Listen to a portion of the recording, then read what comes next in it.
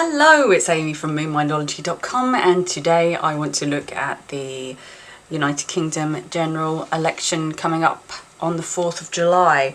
Don't forget to like, comment, subscribe, and go to moonmindology.com if you would like a reading with myself. Okay, so as I said, Rishi Sunak, he called a general election that's going to be held on the 4th of July 2024, and I know that I'm a little bit paranoid, but I've always felt that Rishi has a connection to America, and this is almost a symbolic gesture. One thing I will say about the UK is that we went from being a formidable nation historically, but now, you know, our government doesn't really change after an election. The party changes sometimes based, but, you know, for the most part, it doesn't actually change a considerable amount. And I found that it actually changes more based on the US election. So let me explain. Boris Johnson, during Trump's presidency, was a completely different Boris from the one we had during Biden's presidency. And you can take that how you will, but personally, I believe that the US actually has more impact on the UK government than the MPs representing their constituency. So we then have the question of democracy. But for now, I am just going to analyse these factors that are linked to the UK charts.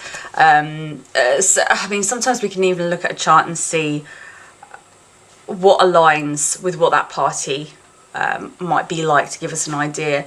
And I do fear that Labour and Conservative are so similar that it's just going to be impossible to kind of try and work out from one of those charts.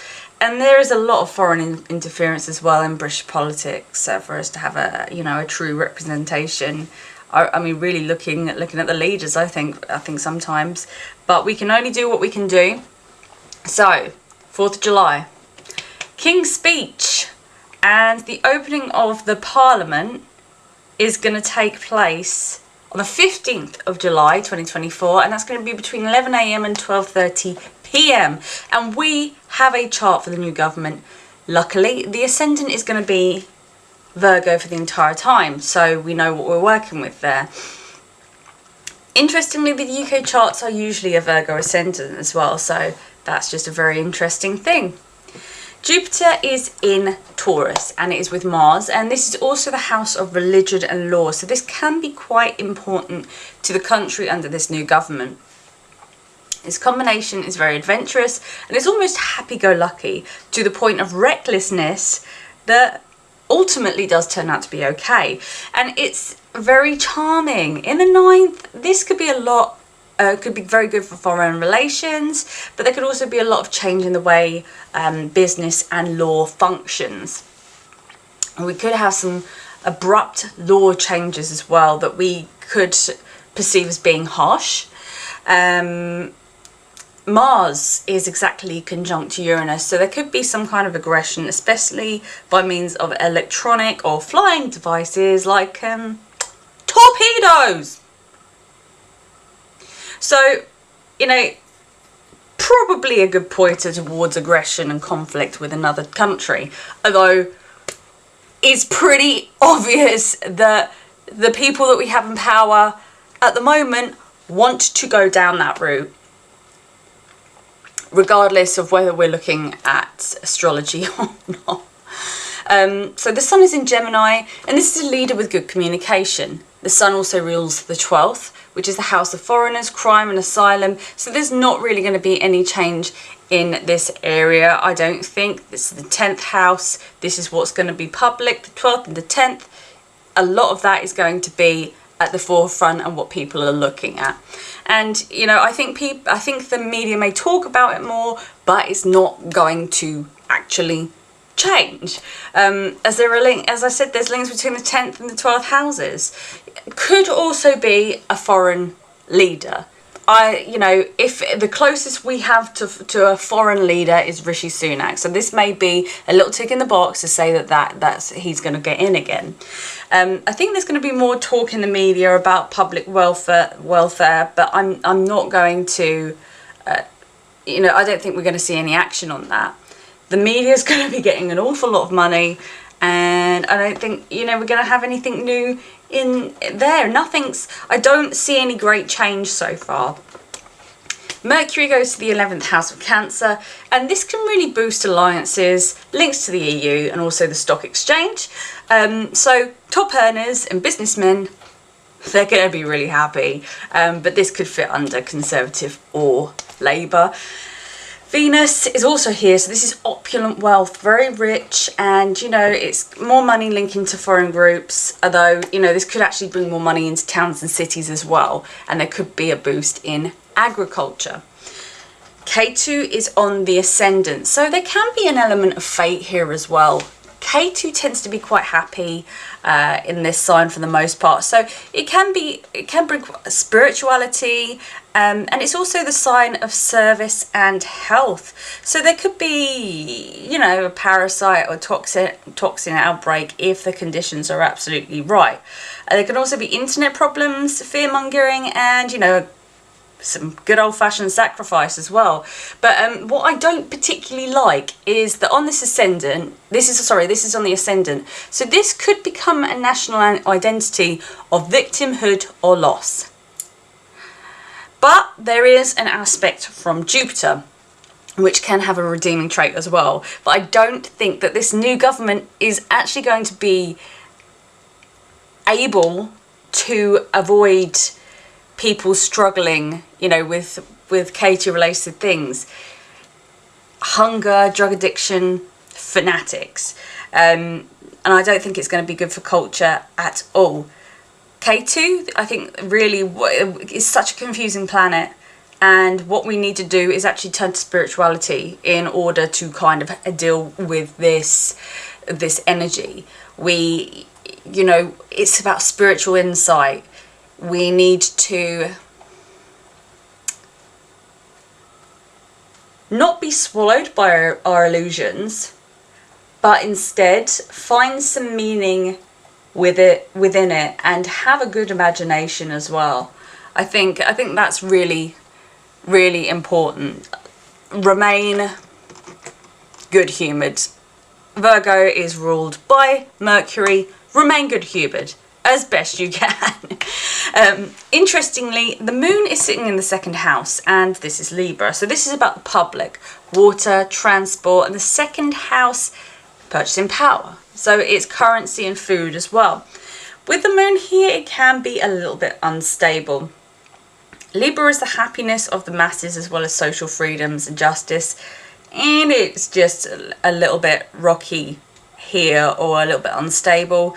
So you could see the public growing more of their own food. Also, you know, farms having to start up because of food shortages and things like that. But I don't see any aspects towards the moon, so it's lonely. So UK might find themselves feeling quite unsupported and alone. And, you know, if our leaders, our warmongery leaders, you know, decides to go to war with Russia, we could find that we do have a food shortage again, you know, like in World War II. And of course, this will impact our relationship with other countries as well.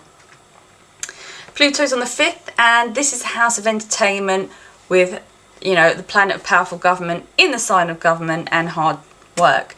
So I do see a lot of control over public happiness, as well as the GDP being controlled by some explosive or all-powerful force, and big business can have a lot of control as well. Saturn's in a good position, so this actually shows that there can be a good foundation, and there is some kind of stability here, and this is another sign that, you know, it's going to be good for agriculture, and it's the planet of things that are underground, so that's farming, even probably fracking as well. So, you know, there's a lot of, it's about things that are found underground, so it's your oil, your stuff like that, so I wouldn't be surprised if we looked into more stuff of that variety. And, you know, there can be public health problems as well, slow down of the economy. Saturn's a malefic, so there can be problems with the elderly workers, which tells me there could be pension issues, shortage in health and law enforcement as well. And there could be a slowdown or stop to alliances in some form, as well as, you know, slowing in humanitarian efforts as well. Could be problems within the stock exchange. However, at the same time, it will make things more permanent as this planet is in good dignity. So Rahu and Neptune are in the 7th house of enemies, international disputes and warfare. And having Rahu here isn't really what I want to see, as this is an expansion of this house.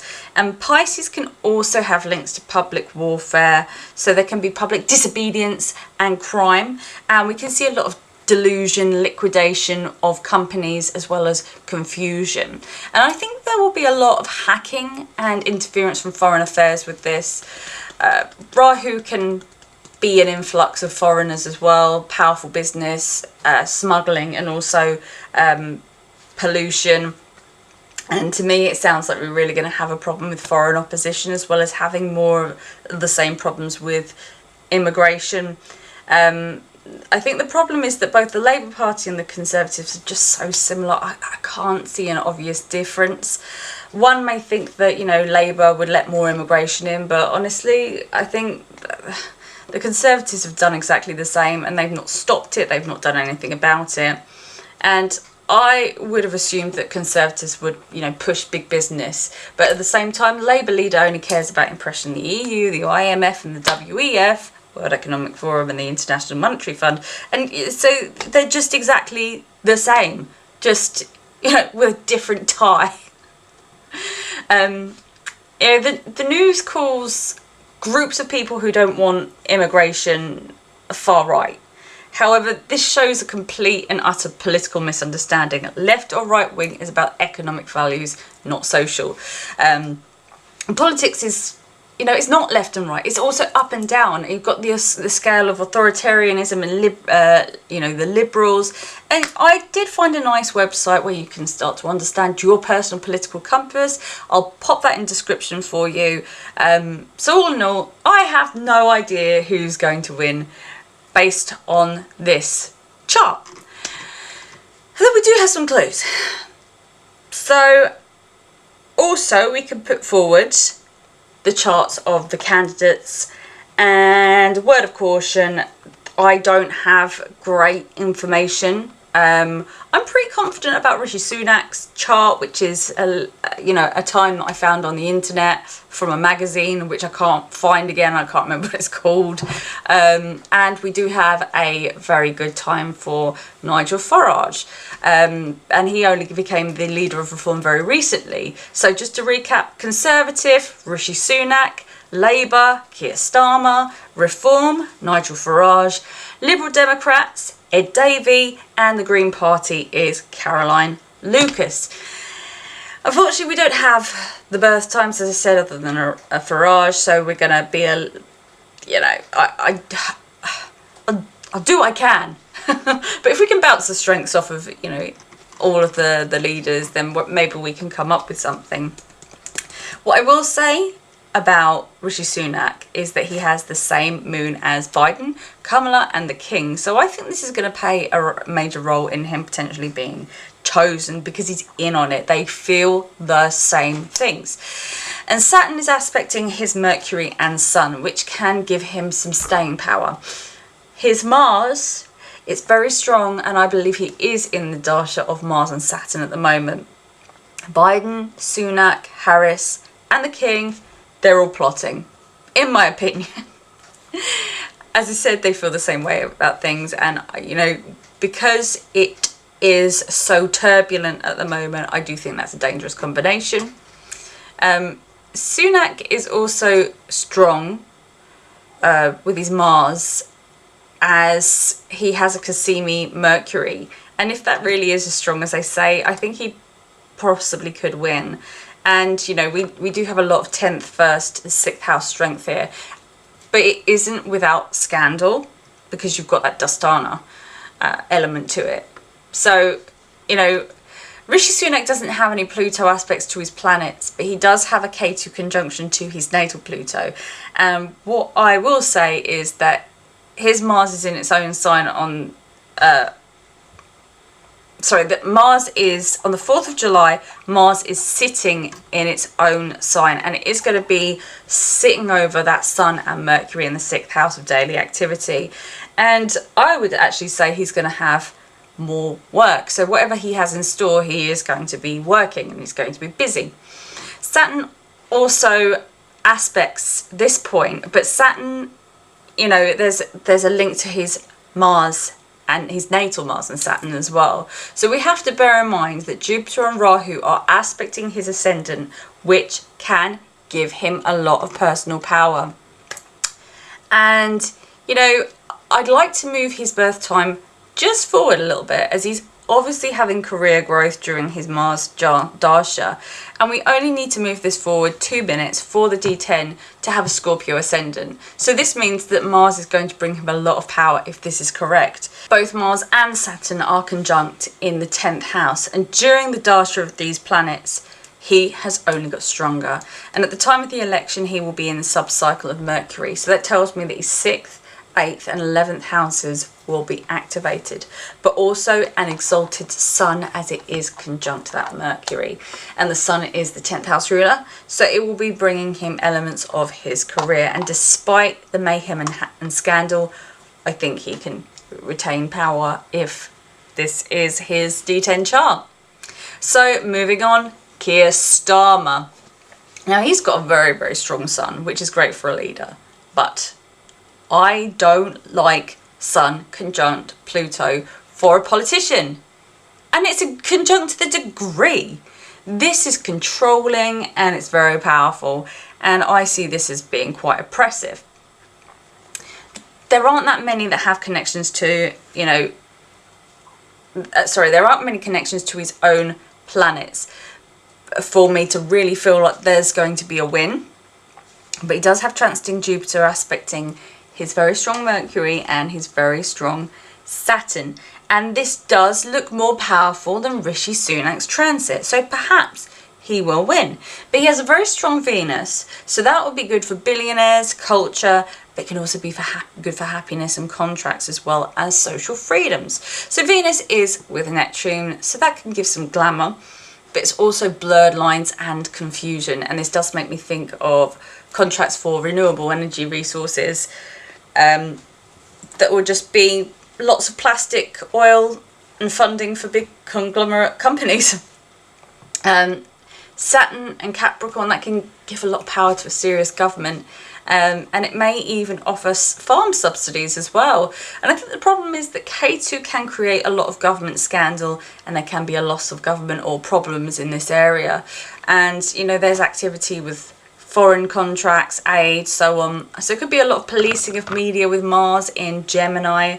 It can be fire or destruction, perhaps in the news or on the TV. So there can also be problems with travel and cars, vehicles, so on. It's very, very hot. So, you know, there could also be problems with roads as well. Rahu expands and it is in Cancer, which can really push buildings and, you know, expansion of cities, towns. House prices will rise and there will be agricultural investments. Pluto and the Sun in Leo, so this is about rich and royalty. So he'll really be about looking after the rich, and it can be a sign of high taxes as well. But I don't know whether those high taxes will be awarded to the poor or the rich. Your guess is as good as mine. But, you know, this is a powerful leader who, with Pluto here, they can use secret police, stuff like that. It's because Pluto really is sort of like your mafioso kind of lot as well. But, you know, of course, you always get organised crime, and Pluto, it can bring that to the upper classes as well, as being a conjunct the leader, the king, the prime minister, which is what the Sun is all about. Mercury is strong, though, in the house of service, and it's conjunct to the moon. Mercury is really powerful. So this can indicate a lot of media attention. on services, as well as better communication and intelligence in the NHS, as well as law enforcement. So they could be experiencing a pay rise with this potentially. The moon can bring instability as well, so that, as I said, can be a bit rocky here, but there's no surprise that he will increase welfare. But depending on his birth time, he could be in a dasha anywhere between Saturn, Rahu to Mercury, Venus. Both grand cycle planets are very, very strong. However, I don't know if the D10 is activated. I've got such little information on Starmer that I can't even rectify his chart. But, with the strength of his potential dasha rulers in his D1 chart, he could win. He could win it strong. Nigel Farage, he has a good 10th house, and he can come across really, really well, and he will make a lot of money as well.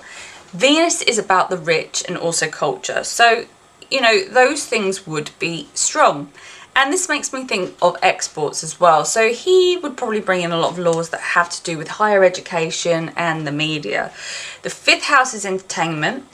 And, it's a bit weird as you have a relatively happy moon, but with Ketu, which is it's public happiness with confusion, and there's a positive impact as well.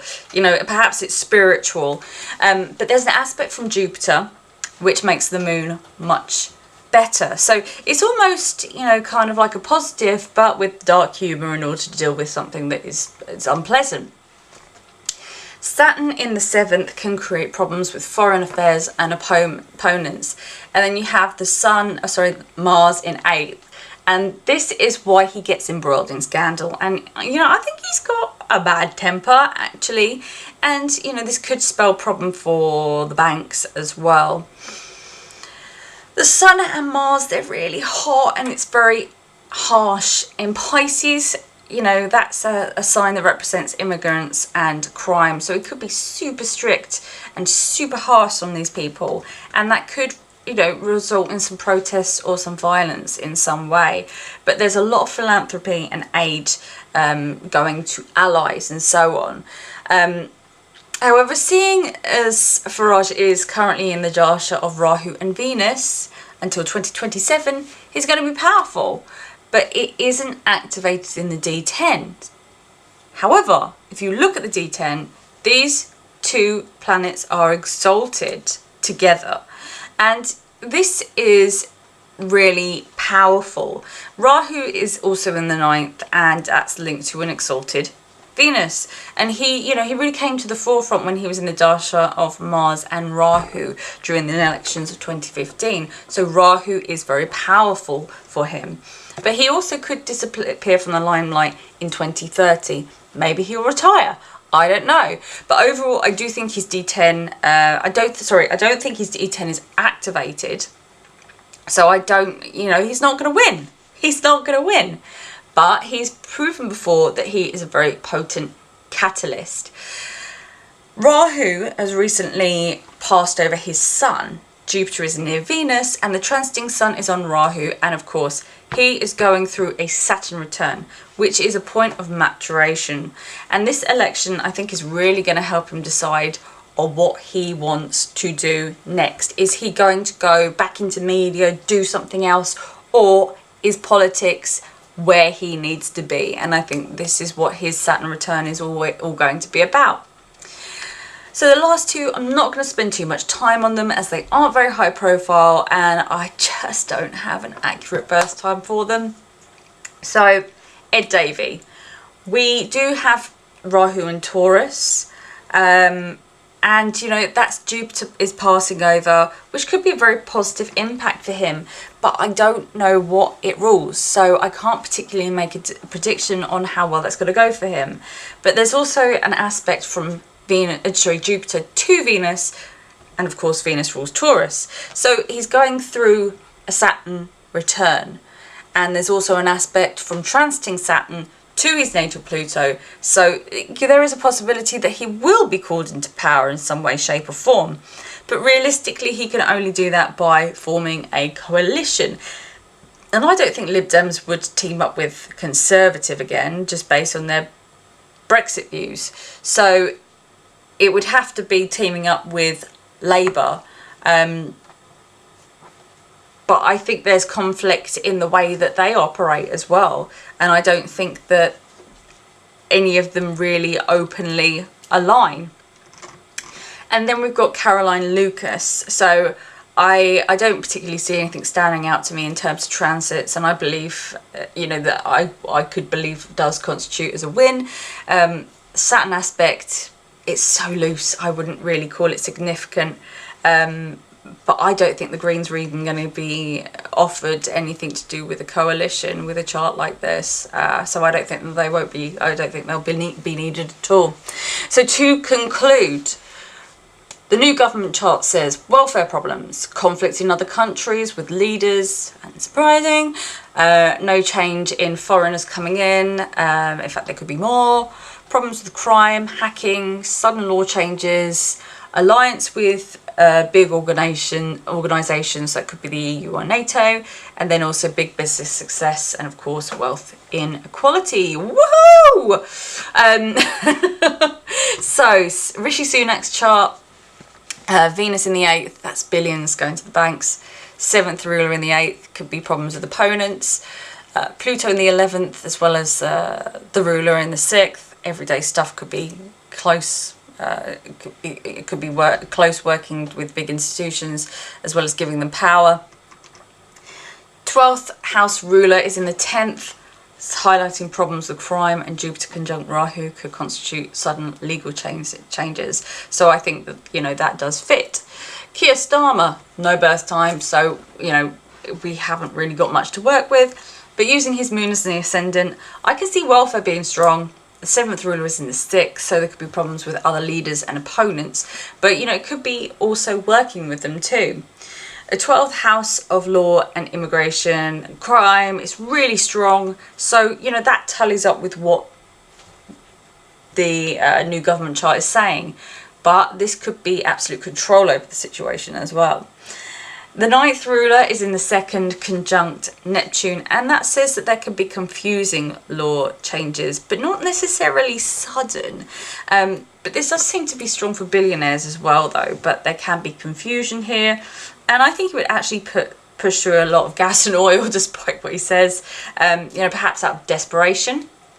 So much for his green policies.